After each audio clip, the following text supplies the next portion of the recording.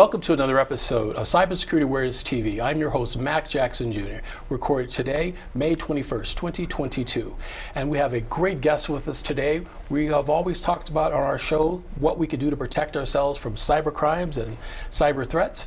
And today I have a guest on my show that I would like to share with my viewers and listeners, Councilwoman Pamela Goynes Brown. Welcome to our show. Thank you, Mac, and it's a pleasure to be here today. Yes, thank you. Thank you for having me. Absolutely. So on my show, we talk about cybersecurity awareness for our viewers and our listeners. The cyber threats are going around the country, things people can do to protect themselves. Yes. And I've been talking about it for years on the show, and I wanted to make sure that I have a leader in our community that we can talk about these type of cyber threats and what the residents can do to protect themselves from type of cyber threats. Could you tell us about some of the cybersecurity recommendations that you would recommend for our viewers?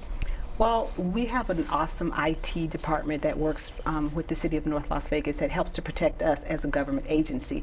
So what I can do is just go into some things that people can do in their personal homes. Excellent. Just to make sure that they are protecting themselves. That's exactly what we talk about. Perfect. And in my IT world, we call that good cybersecurity hygiene. Absolutely. And so I would just advise residents, when you get those phishing emails or those fake emails, if it looks funny or, they have characters typed wrong, or you get a text message or an email like 3 or 4 o'clock in the morning, those are all suspicious to me. And so if I would not open those, I would not recommend you opening those at all.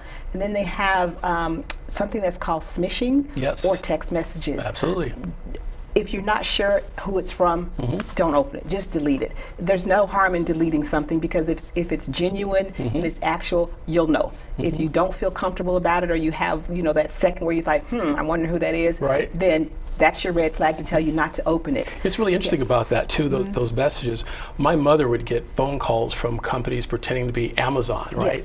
And they will say, oh, you have a cell phone that you order, we need to confirm your order, and please confirm with your credit card number, things like, and that's affecting our senior citizens as well. And they hear these calls and they're thinking, oh wow, this is a legitimate company that's calling us, not knowing that these are scam artists. They're trying to get our personal data, right? Absolutely, they're trying to steal your personal data. And I have a personal story. I had a credit card charge on one of my credit cards for $9,000. Wow. And it took me a while to catch it. I'm like, I just paid the balance off. Why do I have a balance?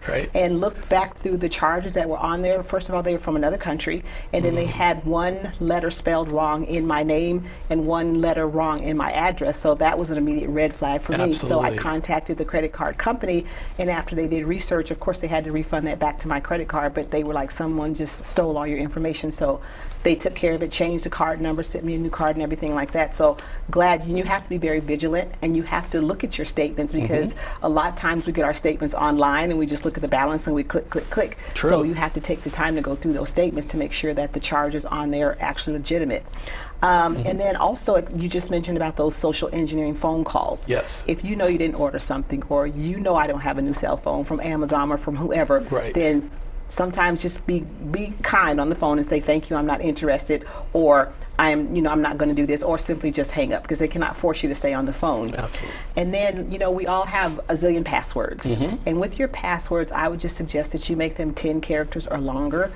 Use a phrase, and I wrote down one that says, Mickey Mouse is my favorite Disney character of all, $23 sign. That's perfect. See, folks, exactly what we're talking about. Passphrase over a password. Absolutely. Yeah, and I can remember that, and I can just do the letters of each letter of the first word, and there's my password. But that's something that's that's sacred to me. Nobody else knows that, and you want to make it as difficult as you possibly can for someone to come in and hack your account. So that's very, very important. Very true. And I'd also like to encourage a multi-factor identification process when you're logging into your phones, your computers. Have more than one way that they can verify that it's actually you. Let's talk about that for a minute. How could you explain to the users how they could use multi-factor? What does that mean to the actual user? What it actually means, if I'm on my computer and I log in, I use my password, and then they will say, is this really you? And then there's some other method. You put a code, they'll send you a code, or there's another password that you can use to put in, and that's going to verify that this is actually me who's trying to log into my own account. So that's just another way to protect you, another layer of protection. Absolutely. Yes. Very good, very good. Yeah. And so when you're at home, we all love our gadgets and our toys at home. If you have Wi-Fi, and I am so guilty of this, is if my friends come over and they're like, I need your Wi-Fi code, sure, here's my Wi-Fi code. I trust that you're my friend. Right. But I don't know where you came before my house. You could have been in a public place. You could have been anywhere where you have access to some other Wi-Fi. And so I'm just giving you my Wi-Fi code because I know you're my trusted friend. Exactly. It's not that I don't trust you. I don't know where that phone has been before you came. So be very careful when you're giving out your Wi-Fi to your friends and even your family members that come over to your house. And that's a good point too. In the story I have for you with that one, I have a client that has a student in school, and they have other students that would come over to the house to share homework, right? So they will come over to the family's home and they would need to have access to the internet. So they ask, Dad, what's our Wi-Fi password so I can give it to my friend so they can log into the internet?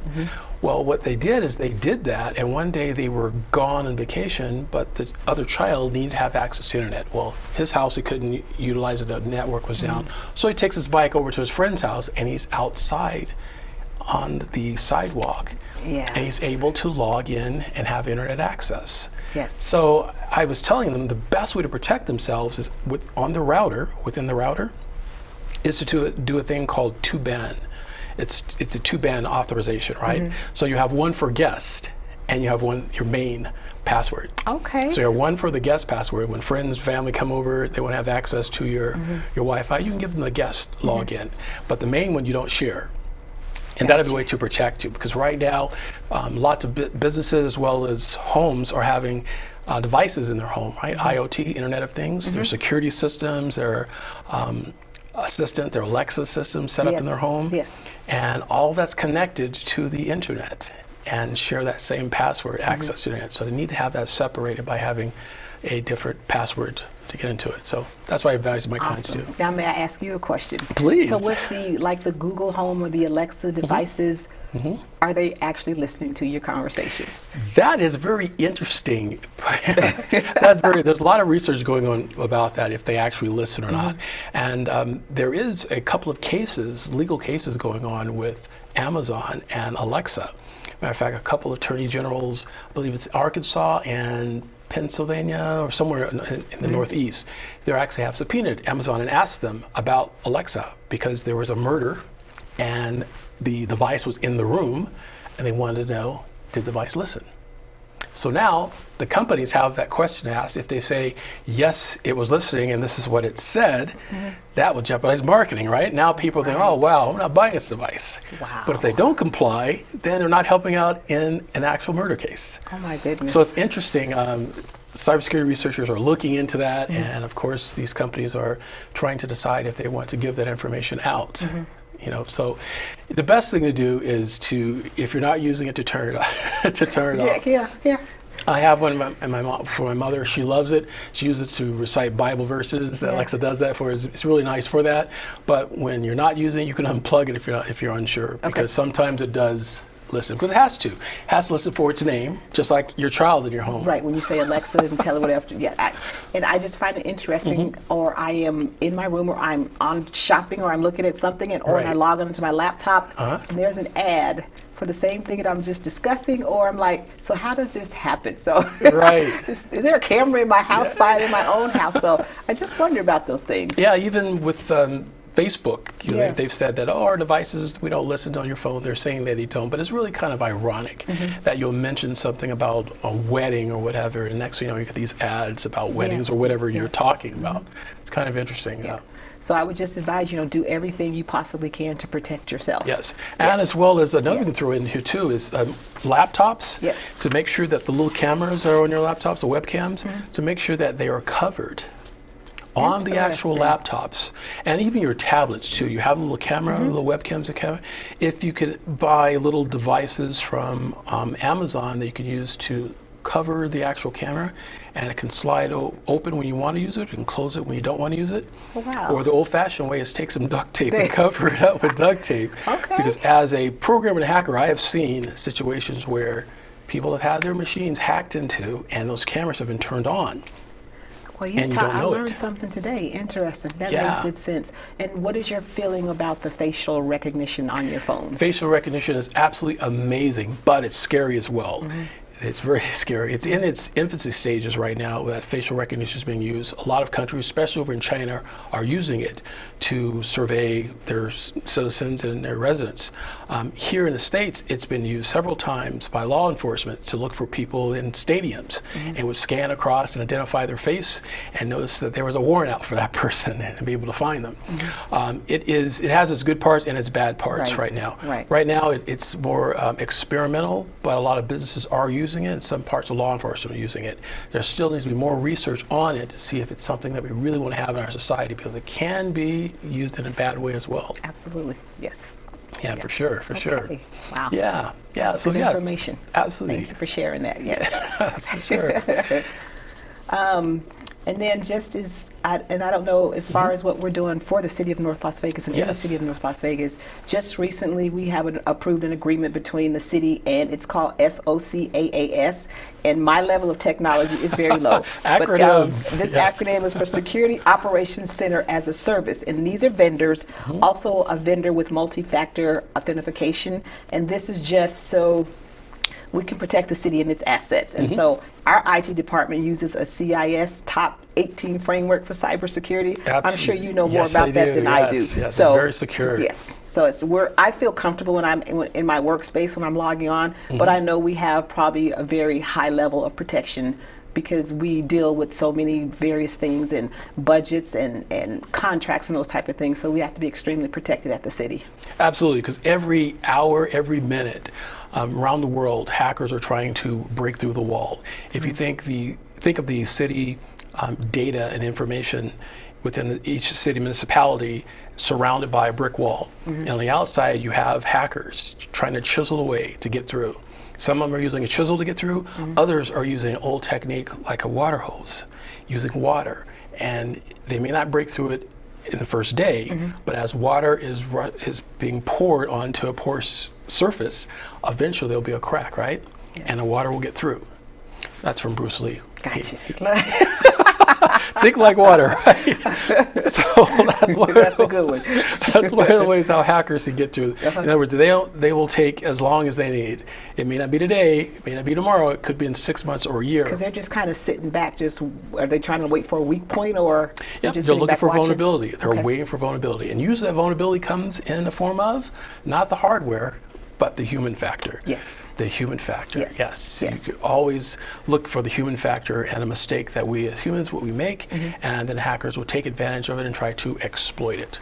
And I just feel like we are always like 2 steps behind those hackers and people that work in the cyber world, because technology moves so fast. It's like, can you ever catch up or stay on top of what's going on out there? True, and one of the ways that's, you're right, it feels like that we're behind on it, but we actually are ahead of them. What's happening is that as citizens, we spend our day doing our lives and being productive in our work, right, in our jobs and our lives. We don't think about being attacked, having a hack attack happen, right? But there are hackers that spend 24/7 looking for vulnerabilities. There's training camps, there's nation states, college courses in nation states to train young kids as research projects to try to attack citizens over in the U.S. or other Western states. And we don't have that here. We have a moral, ethical way of living our lives, to do our payroll, to do our accounting, and not think about that. But they're looking at it, the bad guys are looking at any weaknesses that they could see in that porous wall and using that water hose trying to get through. Gotcha. Makes sense. So our best protection of this always is through education. Yes. The education. That's our best defense. I say it all the time on my show. Our best defense is through education and learning what we can do to protect ourselves. Because you'll learn something today, and I'm telling you, Pamela, in the next 6 months, what I've taught you today, tomorrow, is totally different because the hackers have found a way around it. It's just like, and I understand, but I'm like, to study something that in depth to ruin someone's life, it's immoral. It just doesn't make sense to me. It's absolutely, definitely immoral. But as cybersecurity researchers, what we have done is actually use that as a positive, a way to hardening our systems to make them even better. Because now we have the bad guys looking for ways to break into our systems. Now we're taking their techniques that they've done and using it to strengthen our systems and make them even better. They have actually helped us because they're finding things that we didn't even think of. Just think of having a tall building of windows, right? Yes. In a building, and and you lock it up every night. But unbeknownst to you, on the 5th floor, there's a window that's open. If the hacker sees it, you're thinking, man, if I can get through that way, I can get into the building. Yeah. And that's what we need to do. Oh, wow, I didn't know that. We need to make sure that window's locked, right? Wow. Yeah. So it helps us look for any types of vulnerabilities to let our people know to protect ourselves. Awesome. Neat stuff. Well, I appreciate the work that you do to keep us safe. So thank you. And the research that I'm sure that you like that kind of stuff, though. Yes, I'm sure you find lots of intriguing things out there, or I don't know, with all the hacks and the tricks to try and to see if they actually work to keep us safe. You know? The stories that we run into as cybersecurity researchers are absolutely amazing. It's like living a CSI episode almost every week. But this is real.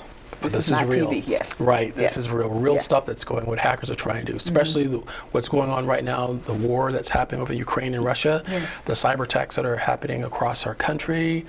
We definitely need to be prepared for it and to, protect our assets from these types of cyber threats. And it starts just not from government officials, but also the mom and pops at home. Sure. Because the hackers will find the low-hanging fruit. Yep. Yeah. One more thing we'll talk about, cell phones. Cell phones. Yes. Well, and that's a tool that we all have, but still you have to protect yourself on your cell phones as well. And you can also use that to multi-factor identification to even log onto your cell phone. Right. If you're using facial ID or you're just putting a password in, don't give it your password. And I'm so bad about that because I'm like, and I say to myself or other people, I have nothing to hide. But then I'm opening myself up, but I need to protect myself even more. Yes. But I mean, and if you're like on public Wi-Fi's and those type of things, it's okay to be on a public Wi-Fi when you have to. But don't do stuff like your banking where you're open to, your accounts are open, or you're shopping where you're putting in credit cards on these public Wi-Fi's, because that's just, you're setting yourself up to somebody to come in and steal your identity or hack into your accounts, and they're gone on a shopping spree, and you don't even, by the time you realize it, it's too late. They've already charged, tons of charges on your card. So just be very careful and very vigilant when you're using your cell phones. Absolutely. I also recommend to our clients that they have to use public Wi-Fi, and that means have to make sure they have 2 pieces of equipment or applications on their smart device. One of them is a VPN, virtual private network, and the other one is antivirus software. Like I ask my clients all the time, when I talk about antivirus software, everybody understands what that is. It's what you have on your laptop or your desktop. But if you ask them if they have antivirus software on their smartphone, wow, I didn't know that. They don't have it on their smartphone. Right. And I think of the smartphone back to the Austin Powers. Remember the Austin Powers movie? Yes. And you have Dr. Evil, and his assistant was called Mini-Me, right? So think of your smartphone as the Mini-Me. Okay. Dr. Evil is your laptop. The bad guys will always go after the Mini-Me, their small device, because they know that people aren't aware of having apps like that on their smartphones, their smart devices, right? So if you have antivirus software on your smartphone, that will be low-hanging fruit, because if hackers can attack your phone, then you get malware on your phone, and then you take your phone into your company. You're right. Now you're past the firewall and you're thinking, wow, my phone's down. I need to get on Facebook to check my social media. Why? I'm going to plug it into my desktop to charge it. Okay. Now malware transfers from the phone over to the network. And that's what drives IT departments crazy, because they're like, we have a strong system to protect ourselves. How do we get this malware on? Well, the human factor didn't know that it shouldn't plug it into any device like that versus just plug it into the wall. So plug into the wall. Yeah, that comes with that education piece. But I mean, for your average person, they know what they know. Right. And so just to educate them on just small things that they can do to make sure they're protecting themselves without getting too technical in terms that they don't understand. So and that's something, you're right, that's something I'm guilty of as well. Being in IT and being you technical. Speak IT, I don't. And we're trying to make sure that we're speaking the language they can understand, because you're right, it can be very. And the last one is a VPN, virtual private network. What that does, it cloaks your device, your smart device, when you're on a non-secured Wi-Fi, so it cannot be seen by hackers. It gives you extra layer of protection. So if you think of it as a force field, if you would, around your device. So if you're at a coffee shop or a hotel room and you have to log into a network system, having a VPN will give you an extra layer of protection. Again, nothing's 100%, but it's best to have a VPN versus not having anything and logging to a hotspot system that doesn't have any passwords. Interesting. And is it okay, because I live my life through my cell phone, my laptop, and my iPad. Is it okay to share all the information within your same device circle? Because like if I leave my cell phone downstairs, I know everything's on my iPad, so if I'm upstairs, I can access that without having to run back and forth. So that's all good, okay. because your data is stored in the cloud. Okay. Clouds, which really means someone else's computer. Your data is someone else's computer, and it's secured because the cloud companies that are managing your data that you can have access on all your devices, they're spending their time 24/7 on protecting the data. Okay. See, like the bad guys are spending their time on how to get our data. On our side, these cloud services spend their time on protecting our data. So it allows us to do what we need to do and gives us extra layer of protection. But again, nothing 100% because they've been hacked as well. Even the major companies have gone through being hacked. And of course, government agencies as well have been hacked.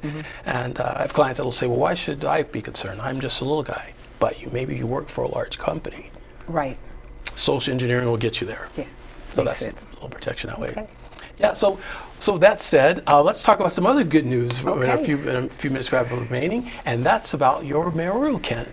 Well, absolutely. I am running to be the next mayor for the city of North Las Vegas. Congratulations, that's wonderful. And many of you know our current mayor, John Lee, is not running for re-election, and so the timing is perfect for me to take my public service to the next level. Absolutely. I am just ready to do that. I'm so excited to do it. I've been on the council since 2011, and I have been with the city. This is home. My family came here in 1964, so I've seen over the decades how the city of North Las Vegas has grown, and just to be a part of that is just, it's undescribable in the fact that when you actually see change happening and to know that you are a part of it, it's just a feeling like no other. It just gives me joy. And then, when I first came on council, North Las Vegas was really struggling. We were on the brink of financial ruin, and the state's like, well, we can put you in receivership, or, we're like, they didn't know what that looked like for us because it hasn't happened historically. I don't believe it has. And so we took that challenge and we said, failure is not an option. Right on. And so we had over $150 million deficit that we had to step by step climb out of, and it's taken almost 8 years to get where we are today. And then COVID hits a couple years ago, and a little stumbling step, and so we are on the most perfect trajectory in my eyes to bring North Las Vegas back and make it Southern Nevada's fiscal champion. And so we are so super busy. Every day there's something new. We are approving business licenses, and we are issuing building permits. We're focusing a lot on our small businesses, and public safety is always going to be first and foremost in my headspace, because I think it's a huge umbrella, and I'm not just talking about police and fire, but just overall public safety in our communities. Right. And so we are just increasing by leaps and bounds in North Las Vegas, and one of the most exciting things is we celebrate our diverse community. We're one of the largest minority cities in the state, and we just want to represent people of all ethnicities, all backgrounds, and it feels good that we have a very diverse workforce at City Hall right now, and we're able to hire qualified candidates to work for us, and it's a happy place to be and a happy time to be in North Las Vegas, so I love it. That's very good. Yes. And also the jobs North Las Vegas is creating. You have some huge high-tech companies that are coming here to Las Vegas. Yes, and we are, we talked to Fortune 500 companies, Fortune 100 companies. We're also doing a grand opening ceremony for Air Liquide next week, which is, it's just going to put North Las Vegas on the map. We have, and a lot of people say, well, I just see a lot of warehouses going up in North Las Vegas. But then people say we need to bring all these high-tech jobs to North Las Vegas. Those jobs require space. And so the warehouses that we have that are already open, I would say they're probably 95 to 100% leased.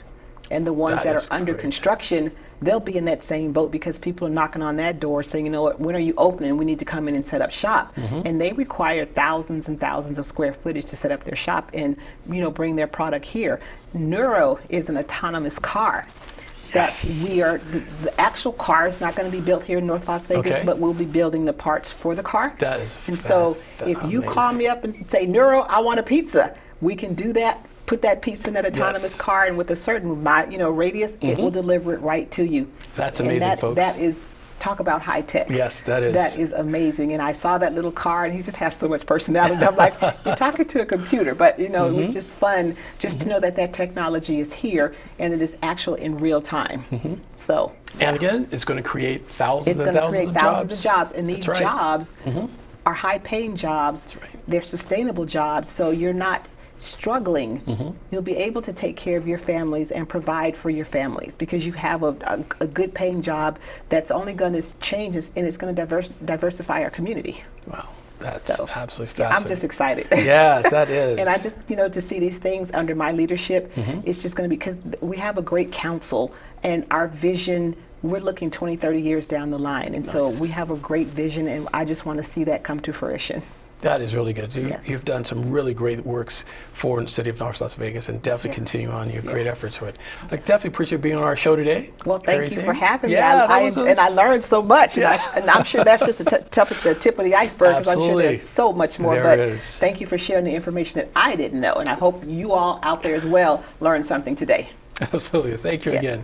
Thank you again, Pamela Goynes-Brown, for being our guest today on Cybersecurity Awareness TV. I'm your host, Mac Jackson. And folks, as we say every week, we'll be right back after these messages.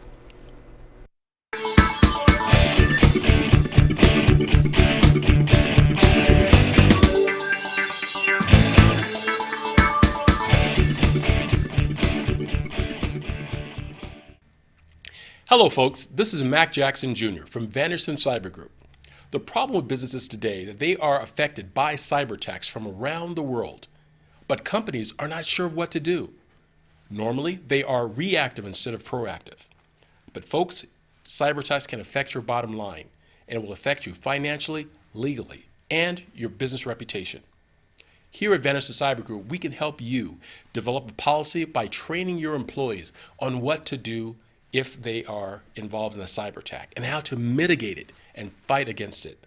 Folks, we call it here #StayCyberWoke. And that's Vanderson Cyber Group here in Las Vegas and around the world. You can reach me, folks, at vandersoncybergroup.com or my website, macjacksonjrjr.com as well.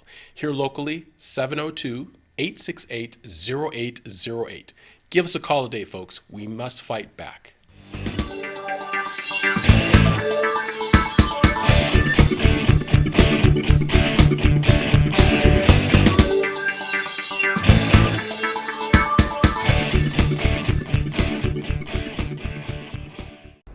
Hi folks, welcome back to Cybersecurity Awareness TV. Boy, did I have a great interview with Councilwoman Pamela Goynes-Brown from the city of North Las Vegas. A lot of great information about how to protect yourself as a resident here in North Las Vegas from cyber hackers. Definitely check out this video. Again, if you need to contact her, please do. And for contacting me, here's my information, folks. You can find me at macjacksonjr.com. That's macjacksonjr.com. And I can help you with your cybersecurity awareness questions and information on how to protect yourself and your family. Also, you can go to my company's website, and that's Vanderson Cyber Group. And at Vanderson Cyber Group, we will help you design policies and procedures, folks, to protect your business from cyber crimes and cyber hacker. And that's all our show for this week, folks. We want to thank all of our guests again for being a part of it. You can find us here each and every week on WWDB TV, and I'm also on the Roku network, folks, here on Cybersecurity Awareness TV. Until then, folks, like I always say, #StayCyberWoke.